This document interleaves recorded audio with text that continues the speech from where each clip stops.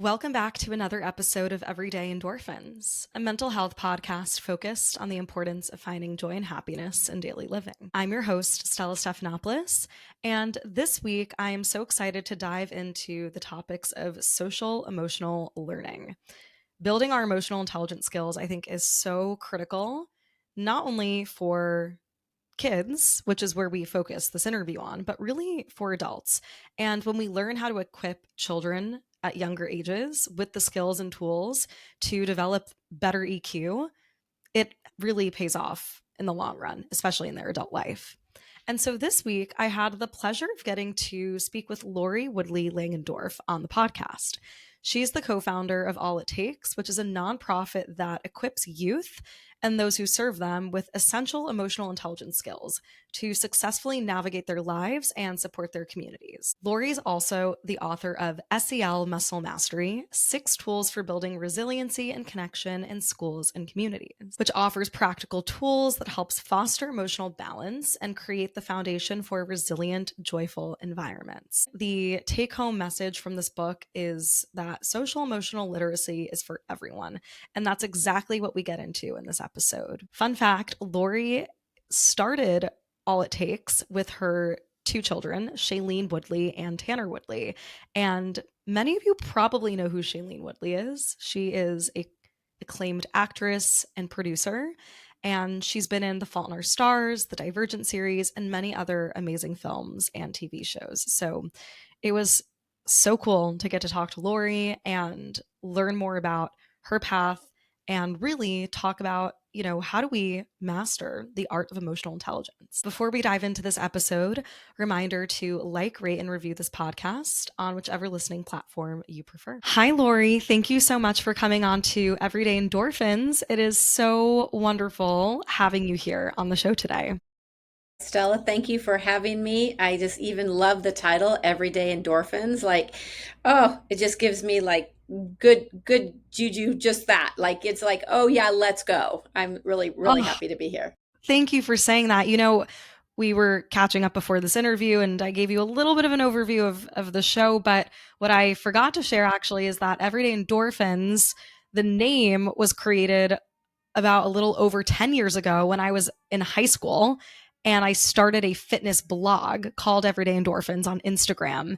And the reason that name permeated into my mind was because I went to a very science oriented high school here in New York called Bronx Science. And science was literally in the name. And I remember taking a biology class freshman year. And I was so fascinated by the way the brain worked.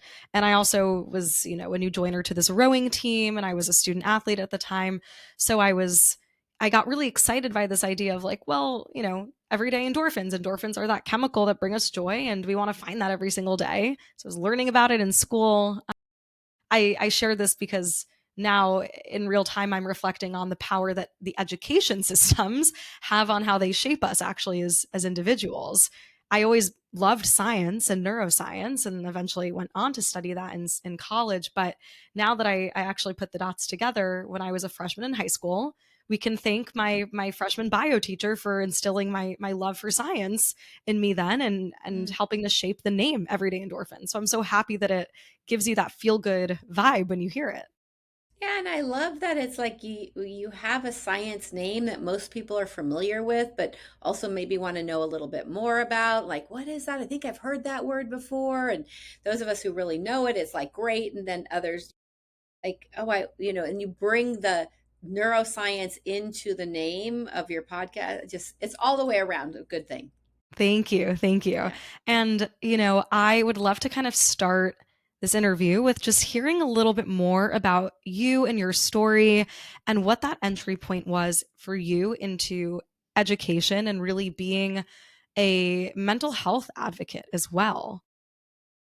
Oh, wow. So that's a story, right? I'll be 60 in just a couple weeks, and that's a lot of decades. But the reality is I think the mental health interest started really young when people started telling me mental health stories when I was still like 11. Like people older than me, like, what is happening here? I was a person who was shy, introverted, completely insecure about who I was. But for some reason, I was a person that people in a grocery store line an adult would tell a life story to. Like, like you just don't know what that is. And so there was something I knew pretty early about wanting to support or help people.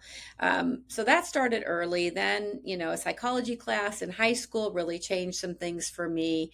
And then honestly, I went into education because I knew I would go into some kind of helping profession, some kind of therapy thing. And I knew I didn't even have kids then, but I thought education, school counseling, school psychology, something in that area would give me ability to have a working career, raise kids, which I knew I wanted to have and do. I got lucky enough to be able to do that. And be able to still have some time off with them. So it was very calculated how I ended up in schools, but in the mental health side of schools, through school counseling. So I was able to start that with my master's at about 27 years old. And so now I've been a school counselor for 30 years. And once I got working with students, I never looked back. Yeah. I mean, I love that, and how this desire to help people dates back to like your early days in childhood and just the who you are. I think that's probably a quality that makes for really exceptional counselors, like having that intrinsic desire to want to help people. And when I reflect back on my time, let's say in high school, and working with our guidance counselor, it's a very mentally taxing time when you're going through the college application process, for example. Like I think I kind of blocked out how much stress and anxiety that I held, specifically in high school, being in such a highly competitive academic environment, feeling this Mm. pressure to succeed, to do well, to get into a good school. I really leaned on support from people like my guidance counselor and other resources, because at that time you're so young, you really need it, and you don't even know you need it because you can't really even articulate at that age what stress is, or how that feels in the body, or how that manifests in different social dynamics at school, right? So there's the role of a counselor is so important in education systems, and I would love to hear how your perspective on that has shifted as you've grown in that profession, co-founding All It Takes. Your work is so in, deeply entwined into this space and into this profession. So I'm just curious to hear kind of how you have seen the role of counselors perhaps shift over time and really help be that sounding board for students who are struggling with anxiety and depression and other mental health challenges. Such a big question. There's lots of layers to it. Yeah. Definitely, my role as a school counselor changed, but from my early training, I was trained that school counselors have a big impact in mental health, but not all school counselor training programs are like that. So, especially out here in California, school counselors recently have new state standards, which I got lucky enough to be invited to be an author on. So I am one of the authors on the new California state standards, which is really great, where we added a whole component as a standard for mental health. That didn't actually exist in school counseling in the past. That didn't mean school counselors weren't working in the mental health world, but then some school counselors like that's not my job, and we see the role of school counselors as having evolved 100%, where all of us need to be a steward of student mental health. Now, not practitioners, not diagnosticians, right? That's other therapy modalities, but we can't work with kids in schools and not see or influence their mental health. Mhm. See that there's a problem and that we need to collaborate with outside people to get the supports that a student might need. So for me, the mental health component of school counseling has always been present from my training in my mid 20s. However, again, for others, it wasn't like that, but it's moving more that way. In California, I'm very involved in the California Association of School Counselors. In fact, getting a 2026 School Counselor Advocate of the Year for the state of California award this year. Oh, And yeah, congratulations. thank you. So it is definitely they're my people. But I will share with you that my experience of a school counselor in high school was different than yours. I had a school counselor tell me that I wasn't worth helping get to college. Mm. So it was interesting. My friend group were really, really, like high achieving, A's, honors, like really, really smart people. I was pretty smart, but I wasn't like that top smart. So I was really good grades, but I didn't really know where I was going. And I just didn't have family members talking about college. And when I asked, all my friends were meeting with my counselor. And I asked about my meeting, and she literally told me, well, you're not going to college. Like, I basically, I don't have time for you. It was an interesting thing, and it really was crushing. And Mm, so, part of me and an advocate for all students is that yes, you, Stella, get what you need from a school counselor, but mm, so does somebody like myself who knew I could go somewhere, right, and do something, but didn't really have any direction. And then also for students who don't even believe there is something next for them.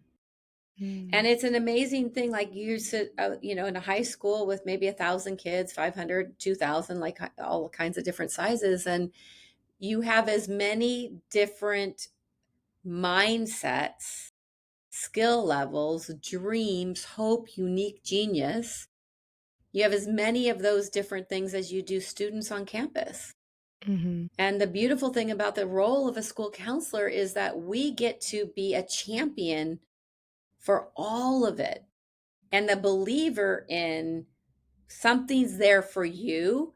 You get to find it, will help you get there, right? Like whatever that is. And so, more and more in today's world, the mental health part is an important piece of what school counselors need to do, because we have more and more mental health crises, more and more mental health diagnoses, more and more impact of mental health concerns on educational experiences. And Mhm. so, beyond that, beyond the getting students into college or into trades or into some next level of their, creative adulthood so they can live into their dreams. Um, Yeah. Would you say that COVID was something that was just a huge catalyst for that shift in focus around mental health, specifically in school counseling? Because luckily for me, you know, I experienced the onset of COVID while I was studying abroad in college, and I was sent home, kind of finished out my classes online, and I had my summer. It's not, I could imagine it be so much more challenging if I was a sophomore in college or in high school or a junior in high school and COVID hit. And I could just imagine it be a way more difficult transition to do school online in that setting versus how I had experienced it. So, do you think COVID played a really big role in that shift towards mental health as a focus for school counselors? I definitely think that the pandemic had a big influence because there weren't enough supports in place. I mean, every counselor had to take on the support of our kids, whether we wanted to or not. So I think actually the pandemic put a lens on the mental health of our kids that a lot of us counselors and school people saw before the pandemic happening, like this trend: increased suicide, increased depression, increased medication, increase, right? Like there, it was already a big trend. Then the pandemic made it worse, moved our numbers from 35 to 40% of kids, acknowledging some sort of mental health challenge to 65, 70%, right? And so that became a thing. And but then the world started to see, the mental health concerns as needing to be addressed. And so I think that the pandemic, all the studies show so too. It's not just what I think. Like we know for a fact the pandemic really influenced our youth's wellness in a negative way for many kids, in a way that was so of an alert that it did wake people up who were just Mm, kind of like, oh, they're just kids. Oh, they're just kids. They're just going through their teenage angst. It's different than that. right. And I guess that's a positive reframe to have. The pandemic was kind of that wake up call. And now, I mean, it's very exciting to see how the conversations have really skyrocketed and opened up to around mental health and mental illness. Like there's a big dialogue now on these topics in ways that I don't think or as prevalent pre-pandemic. But it's interesting too, because when we think about social emotional literacy and how that applies to the education system, like when we typically think about school systems, we're thinking about like academic curriculums, like what are they learning across these different subjects like history, math, science, etc. But where does this social emotional literacy component come in when we're thinking about applying this into the education system? And perhaps even before we get there, I think it would be really important for you to kind of level set a definition around what social emotional literacy is. How do you define this? Yeah, thank you. So, thinking about social emotional literacy, one way to think of it, if you're at all familiar with the term emotional intelligence, EQ, many adults know that term and they're like, "Oh, yeah, that's the skills that help me, recover from disappointment, or it's the skills that help me manage a tough conversation. It's the skills that help me get to work on time even when I don't want to get to work on time," right? Like those are adult, it is called emotional intelligence. In schools, for some reason, and I don't know the history here, in schools it's called social emotional learning usually, and I reframe it as social emotional literacy. And those are the skills that our students need, our young scholars, our young people, to be able to move through the education system, move through boredom, well, move through disappointment with the ability to recover, move through like an anxiety, maybe kind of a little panic attack, not like full fledged, but like, when your anxiety gets you and you're just like shutting down to it, like, oh, recognizing I'm having some anxiety. What can I do with that? Recognizing that I have fear over public speaking. So instead of staying home from school, because I'm sick, I actually can name I'm having Mm. big anxiety because I have to do this oral report, and I don't know how to deal with that. And so those skills, social emotional literacy, are the skills that help us move through, especially the things that become challenges.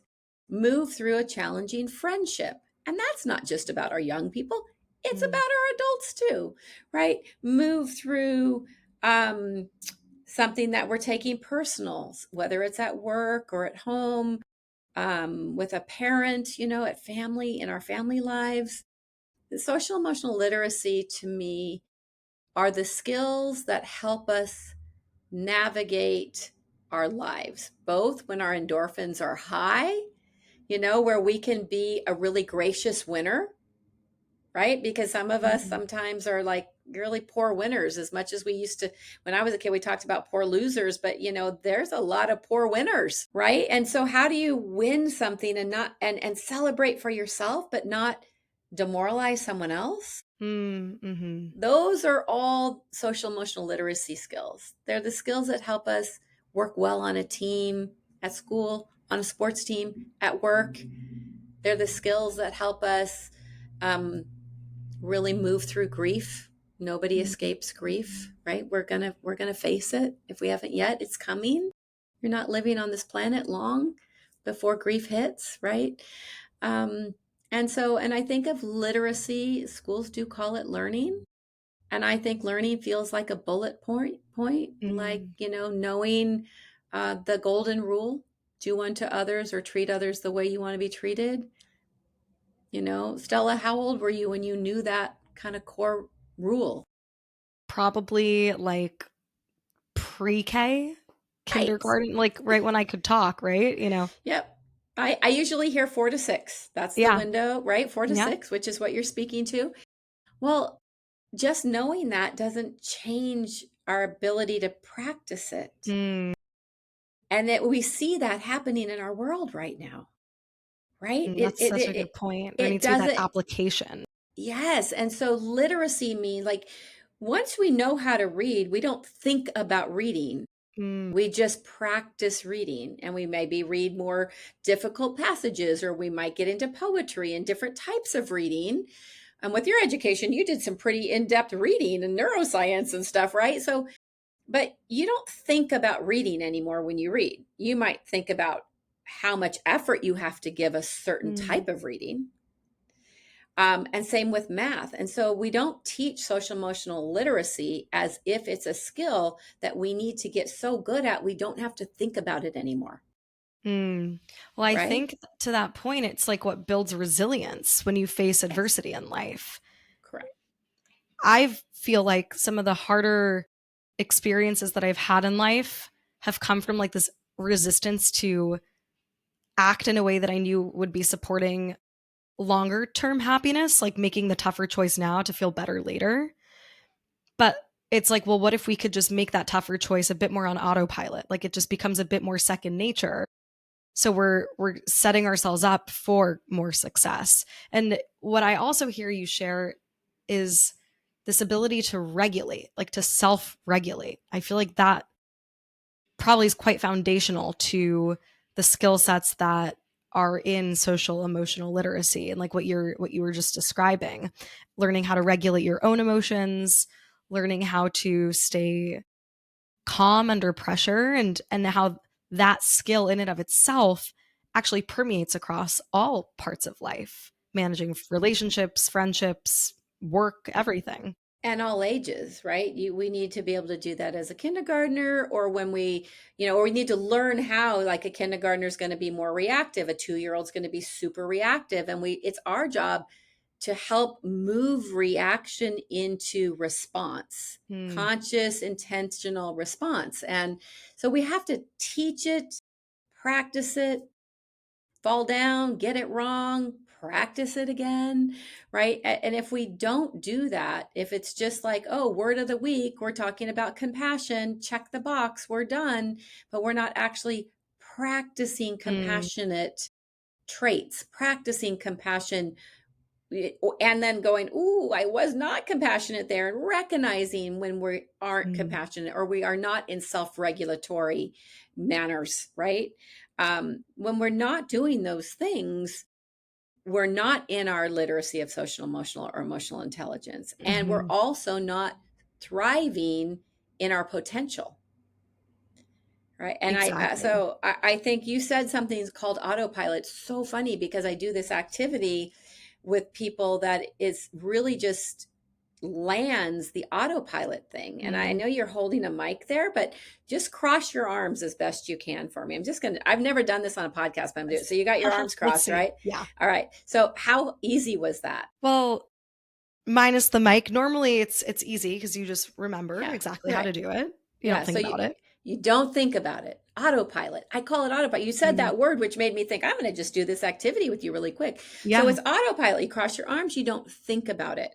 Mm. That is part of, I think, a bit of a problem that we're Mhm. less intentional and more on autopilot more Mm. often than what is probably healthiest for us, right? We're autopilot towards convenience, autopilot towards what's simple in the moment, autopilot towards a reaction versus a thoughtful, intentional response. Now you've crossed your arms, you uncross them. Now I want you just one more invitation, cross them backwards now. Oh god. And I invite your Oh, the audience who's listening to do this as we go through this. the Cross other them arm. backwards. I Yeah, guess, the yeah. Well, other that's arm on definitely top. harder. Yeah. Right. And what did it take to do it? The actual cognitive effort on how to do it. Right. Cognitive effort, intention, Mhm. thoughtfulness. But ultimately, was it really hard? No, the act of doing it was not hard. Maybe Right. our brains overestimate how hard something's gonna actually be, but we just need to take the first step to do it. Right. And when you spoke to like you were thinking about your long-term future when you were making Mm. some of the more inconvenient choices when you were younger. Like I would love to clone that, Stella, because Mm. what we find and I find in schools and alarmingly is that our kids aren't looking into their future. And I think society often at large is so committed to a convenient moment right now. Mhm. Convenience, whether it's food or it's the easy way or the quick dollar or the right, whatever it is, the convenient answer, we're not crossing backwards Yeah. to think, oh, well, this might be the convenient thing in this moment, but really, if I don't, for a parent, for an example, I see parents all the time order food for their teenagers in a restaurant. How's the teenager going to know how to just say what they want if the Exactly. parent's doing it for them? And when I talk to parents occasionally, like when I'm coaching, a parent might be like, oh, well, they won't. Mm, Well, we have to cross backwards and believe that they will. And beyond that, believe that, well, it's inconvenient in this moment, might get some pushback, and I, might have a fit happening or whatever might be the inconvenience. If we're not allowing them to fail forward, right? mm, Like maybe you don't order food, you're not going to eat. I'm ordering. You want to eat, you order. And that's not mean. That is actually setting our kids up to be able to make a decision, to be able to speak to another human being, to be able to have a job interview, hmm. Yes, these right? are all such good points. I have a few follow on questions, but something that is coming up for me too, at least when I think about ingraining these skill sets into younger kids and doing it in like the academic education environment. So when I was younger, I started practicing yoga with my mom because she was going to the studio and she'd bring me, I'd tag along and I'd wait for her in the lobby and then I'd get so bored. And so one day she was like, "Can I just have my 9-year-old daughter join these adult yoga classes?" And they agreed to it. And so now I was like practicing yoga with my mom at the age of like 9, 10, 11, right? Young, like in elementary, early middle school. And I don't think I understood it then, but as I reflect now, especially having done my 200-hour certification and teaching yoga here in New York, yoga is really a practice of regulating your nervous system. And I don't think I understood at the time. I was learning these foundational skill sets on self regulation. Just it happened to take form through the practice of yoga. Mhm. And it's funny because I feel like on the inside, my brain is always spinning and overthinking, and I can get flustered. I can feel very anxious at times. But on the outside, at least to my friends or with people who know me, like I come across very calm and zen and chill. And I'd like to believe that I am like a quite chill person. But then again, our internal monologues are always, they're always different than maybe how others may perceive us. But I do think a lot of at least the more calm demeanor or presence that I exude can be attributed to the fact that I practice yoga at a young age. So I'm curious if you would also agree with that statement, or maybe I'm like completely left field with this, but just from what you know about bringing these skill sets into schools and into younger students and children. My hypothesis, an educated guess, is that yoga is actually a great tool and method to help get kids to understand how to build these skill sets. I definitely think it's a tool and a great tool, right? And I think that it will work for some settings, and I think more settings should give it a try. Um, I do. I think that whether it's mindful practices or yoga or getting out in nature to the best you can with your kids in school, go do story time under a tree in the playground, right? Like get out, change the state. Yeah, yoga is a practice of changing our state, right? State change. I what I do like to talk about from my philosophy is that there's a lot of ways to do it. There's a lot of ways, and not every way feels comfortable for every person. And so, one of my things is like, look, if you don't like the word or you don't like the task, but you like the concept, then find a word or task that fits with this concept. Because there's a lot of people who would be like, well, I don't like the word yoga because it practices X, Y, and Z. Like I literally had a situation in my school district. It was after I left and was doing what I'm doing full time now, but there was a lawsuit outside of our state coming in to our state and going after elementary school counselors for practicing mindfulness with their Really? students. Oh, yeah, because it was said it was a Buddhist practice. Well, here's the thing.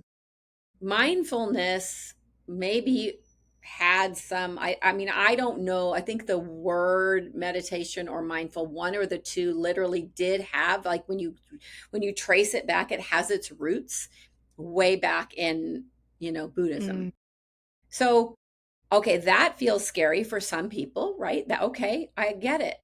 But if what you know is when your kids put their phone down and go for a hike in nature, it calms their nervous system, then that's a good thing to practice. And if you want to call it a hike, call it a hike, right.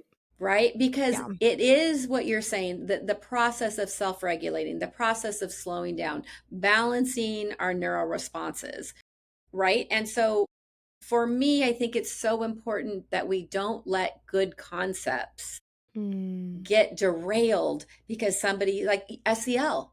SEL mm. is a really it's a scary term for some communities and some school situations. And I'm like, okay, but if you like the thought of kids being able to manage a bad grade and recover from it and believe in themselves still and then try harder and work harder to get a Mm. better grade, that's an SEL that's an SEL trait that helps us recover from a bad grade, reset, shake it off, re-engage, make a new plan, and try again. Yeah. And to your point, I think that approach helps meet people where they're at, right? And makes it a more approachable methodology or framework for them to get behind and to really see the value that this type of learning does bring in schools. And, I know we talked about COVID as really that catalyst for opening up that dialogue in the school systems, but you bring up an interesting point now also around like phones and technology and how that's really, I think, diluted our ability to be social. And I would actually love to pivot to this topic because it's something I've been thinking a lot about, just how being here in New York, in a city that is filled with things to do, tons of people, so many social events. In theory, you would think that we're all very, it's easy to feel connected with other people. However, in reality, what I found is that it is actually very hard to feel connected and it's quite easy to feel very isolated. And I don't know if it's, unique to New York City or you can find this across the board, but my intuition keeps coming back to it's because we're all glued to our phones. Like we've lost the art of socializing and building connection and doing that very spontaneously and just finding those spontaneous points of connection and interaction because we walk around and we're looking like this on our phones and we're not inviting like actual living to be had because we are so glued to a reality online. I'd love to hear your perspective on this and how you see the role that technology has shaped on our, our own social skills, even as adults now. For sure. I mean, I think that technology, the pandemic didn't help, right? Because we were all on it. It's all we had for a while. So then we got used to that. And then Mm-hmm. people got afraid of other people because of disease. And then we have so much going on with people right now, people being afraid of each other and attacking each other. And there's so much about the human spirit and element that has become scary for people that it concerns me dramatically. Like I'm very concerned about that. When technology first started getting big, I was like, oh, we're going to fight it and humanity will take. And then eventually it was not very long where I was like, I'm not fighting that. Like I need to learn how to Mm-hmm. run my programs and our trainings to a point where we learn in harmony, where we live in harmony with technology without losing our humanity. Mm-hmm. And so that's kind of where I'm at now, right? Like the way that we train. And um, we have to open opportunities, whether it's convenient, whether our teenagers like it or not, and they won't, whether parents like it or not, because they don't want to be put their phones down, right? Yeah. We have to offer opportunities where our young people and our adults put their things away and have an experience that is an endorphin boost where Mm-hmm. they're like, oh, I want more of that. People will follow their endorphins, right? They will. Mm-hmm. They'll follow what feels good, um, even if it feels bad. Even if we know it's bad for us, we'll still go towards it like a moth to a flame. And so it is our job, I believe, both as practitioners, mental health coaches, practitioners, trainers, writers, etc., but then also as educators and as parents. We have to invite and require our young people and each other, corporate teams, workplace teams, Mm-hmm. the managers have to invite their people into conversations, into each other in a way that is no longer just naturally comfortable, but Mm-hmm. all the science, 100% of the science, the research, the social, whether it's social, psychological, neuro, bring me a report, bring me a study that says, nope, we don't need humans. Exactly.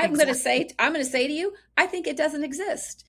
And I'm happy to have somebody email me like, you're full of it, Lori. It does. Here's a study that says technology should be our new best friend and we don't need each other. And I think the question is, how can we leverage these tools in a way to come closer to our humanity, not to diverge from it, but to actually get closer to like the true human essence and human nature.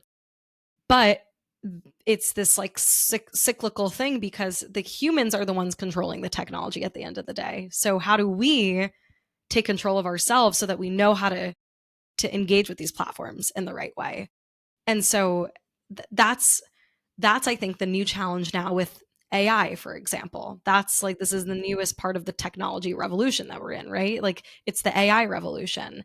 How do we how do we use these platforms so that AI does not divide us, but it brings us closer together? I mean, something I've also been thinking about is people turning to Chat GPT as their therapist. What are your thoughts on this?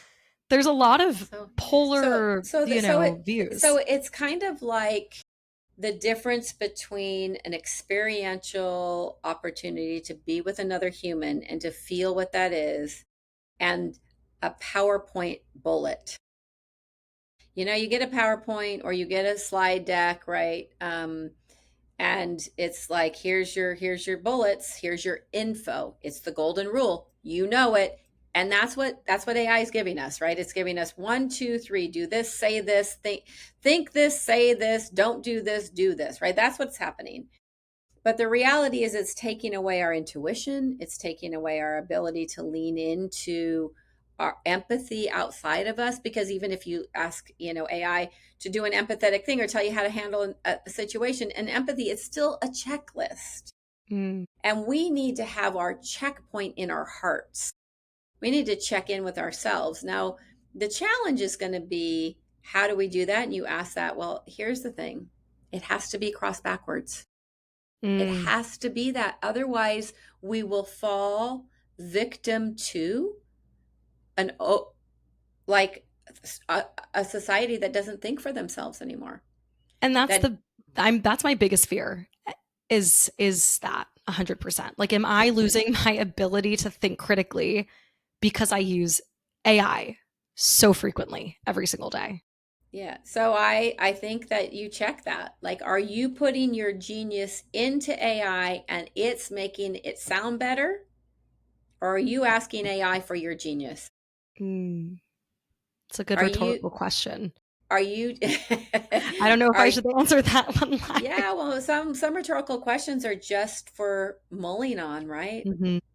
Right? Maybe there's not for answering and maybe it is. What That's up to you, but really I think we have to check in with ourselves. Am I allowing my kids to find their genius, or am I letting technology tell them what their genius is? And we will have more and more mental health crises if we're not helping our humans of whatever age continue to live their genius, find their genius, develop their genius. And whatever that is, the unique purpose and potential of every human. And every human has it. We just need to develop it. So, you said a bit ago, like, how do we do that? Well, we have to stay purposeful in the engagement with others. We have to do the inconvenient, Stella. We have to leave our apartments when we don't want to. Exactly. We have to not Instacart, and we have to go to the grocery store and Yes. like go and grocery shop in Yes. person. And then literally look someone in the eyes and say hi, and then feel the. So what I find, and all of our work is experiential. We bring people together. We had 100 people together, 5-year-olds to 75-year-olds, Wow. Latino, Mexican families, and police officers. And right now, that's a scary mix. Mm-hmm. On Saturday, we brought 100 people together as we celebrated our 15-year anniversary. Wow. Congratulations. Thank you. We were in nature. We brought strangers together, and by the end of the day, we had this huge circle. And we went around, said, all it takes is, everybody answered, all it takes is, all it takes is, all it takes is. And we were an hour late because, anyways, we were running late for the day. No one left the circle. When Wow. we were done with the task, no one wanted to break the circle. Like, everyone just stood in the circle. I basically said goodbye, closed the circle, closed the time. These were strangers, everything from school resource officers to parents, people who flew in, drove 6 hours in, around the neighborhood in. Like, it was just random collection of humans, and who really were not from any one type of Mm-hmm. organization. And Well, nobody wanted to leave. people are craving that kind of connection, I think. Something that also came up for me too when we were riffing off of, well, we live in this world of too much convenience, was, even in the dating market, we have these apps, and it actually makes it harder, I think, for people to meet other people, or to learn how to meet people in the wild, because Yeah. it's so foreign now, to my generation at least, on how to do that, because we're living in this world of convenience. And I love that we keep coming back to this point around connection, because connection is really the common denominator that I have found across my interviews, but then also this is supported in research in positive psychology, around like what actually contributes to a happy, healthy, and meaningful life. It's the quality of our interpersonal relationships. And the way I see SEL and how I frame it through the lens of everyday endorphins is that it's giving you the tools and the skill sets to feel more connected to yourself and to feel more connected with other people. And so by the transitive property, it's like once you are able to master that sense of connection, you feel more joy and happiness in life. I think this is a really beautiful segue actually into hearing your perspective, Lori, on what it means to be happy. How do you define happiness? What does that look like for you? I read your questions ahead, right? And like, it's such an interesting thing. I think happiness is a, a place within us that is satisfaction that has no real reason for it. Like a fulfillment, if it was Maslow's hierarchy, it's the self-actualization top of it, right? So we can feel happy, we can feel satisfied, we can feel fed and attached and things like that. But true happiness, I think, is this calm knowing that everything's okay. Mm. That's what I think of it like. And for some people, they're laughing out loud, and others, it is literally walking in nature. And you can find pure happiness in a lot of different settings. And I feel like the older I got, there was less of a definition of what happiness is and more of an experience of it. That we go to bed feeling calm, and Mm-hmm. and you kind of think like, wow, everything is a mess, but I'm okay. Yes, I love that. And it's like having a sense of safety, like feeling safe regardless of the circumstances outside of you, because we live in such an physically and emotionally unsafe world. Mm-hmm. We can't likely change that anytime soon. And I don't know if we're ever going to really be able to fully change that. Maybe that's just the reality of how this world works. But despite that, how can we create an inner world where we feel safe, no matter what's going on around us? And I really like that perspective on happiness being more so the experience than some sort of definition.